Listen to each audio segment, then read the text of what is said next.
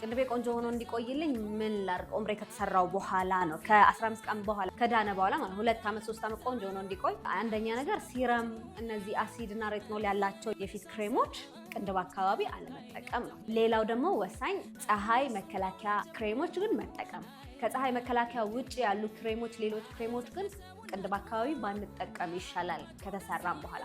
ሌላው ወሳኝ ነገሩ መቀንደብ ነው። ግዴታ ዳርና ዳር ያሉ ቆዳ ውጥር ብሎ ንጥት ብሎ ሲታይ በጣም ነው የሚያሳምረው፣ ይፈካል። ስለዚህ መቀንደብ ግዴታ ነው። ፀሐይ ደግሞ ቀጥታ እንዳያገኝ ሁል ጊዜ አይደለ፣ አርቲፊሻል አይደለ፣ ይቅርና እሱ ፊታችን ራሱ አይፈልገውም። ስለዚህ ፊታችን ከፀሐይ መከላከል በጣም የምንቸገር በተፈጥሮ የተፈጥሮ ላብ ከሆነ ያለብን መጥረግ እዛ ቁጭ እንዲል አንፍቀድለን።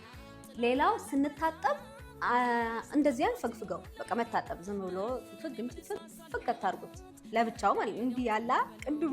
እነዚህ ጥንቃቄዎችን ስናደርግ 2 ዓመት ቆንጆ ሆኖ እንዲቆይ ያስችልልናል ማለት ነው።